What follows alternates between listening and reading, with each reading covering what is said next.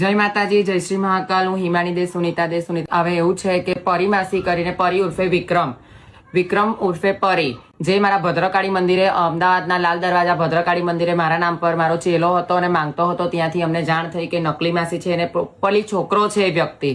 આટલા ટાઈમથી અમને ગુમરાહ રાખેલા હતા અને આટલા ટાઈમથી અમને ગુમરાહ રાખીને અમારા સમાજ વચ્ચે રહેતો એ વ્યક્તિ.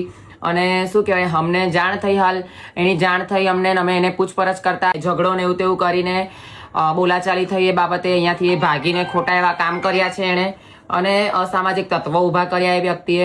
તો આણંદ જિલ્લામાં રહેવાસી એવું કહેતો હતો એનો ફોટો હું મેન્શન કરું છું. જે કોઈ આણંદ જિલ્લાની અંદર, અમદાવાદથી આણંદ જિલ્લાની અંદર કોઈ બી એને જાણતું હોય, વિક્રમ ઉર્ફે પરી માસી અને પરી ઉર્ફે વિક્રમ સોલંકી નામ છે એનું, કોઈ બી જાણતા હોય આણંદ જિલ્લાની અંદર, તો નજદીકના પોલીસ સ્ટેશનની અંદર એને બેસાડવો. અને પોલીસ સ્ટેશન વાળાઓને હાથ જોડીને નમ્ર વિનંતી છે ગુજરાત પોલીસને કે એ તમારા પોલીસ સ્ટેશનમાં આવે એટલે અમને જાણ કરજો.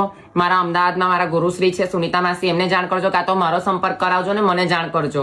એ માણસ અહીંયાથી ગમે તેવા આવતરા કરીને ભાગ્યો છે અહીંયાથી અને ખોટા એવા કામમાં એનો હાથ છે. છોકરીઓને ખોટી રીતે હેરાન કરીને પૈસા પડાયા છે એને અને ગંદા ફોટા ને એવું તેવું મોકલેલું છે, જે હું સોશિયલ મીડિયામાં પોસ્ટ નથી કરવા માંગતી, કારણ કે અમારો સમાજ, અમારો વ્યંઢળ સમાજ લાંછન પૂર્વક થાય એવું કંઈ એ નથી કરવા માંગતી. પણ એ વ્યક્તિથી જ મને લેવા દેવા છે. એ વ્યક્તિને અમારી સાથે ભેટાઓ, અહીંયાથી એ ભાગ્યો છે. સ્ટેશન પર એક દીકરી ગઈ હતી એની સાથે બી એને મારપીટ કરેલી છે.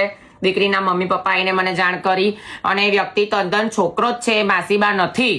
બરાબર છે, માસીબા નથી, વિક્રમ ઉર્ફે પરી માસી. અને જાનુ કરીને એની આઈડી છે. અને ચાંદખેડાની અંદર બી એક કોઈક ભાગ્યશ્રી કરીને કોઈક છોકરી એના ઘરે પણ રહેતો હતો એ.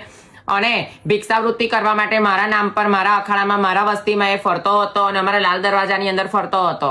અને એના ખોટા કાવતરા બધા બહાર આવ્યા, ગંદી એની બધી ચેટો બહાર આવી, ખોટી એવી છોકરીઓની સાથે ચેટો કરેલી હતી. જેથી અમારા વ્યંઢળ સમાજ ઉપર આંગળી ઉઠે એ અમને વ્યંઢળ લોકોને ક્યારેય મંજૂર નથી.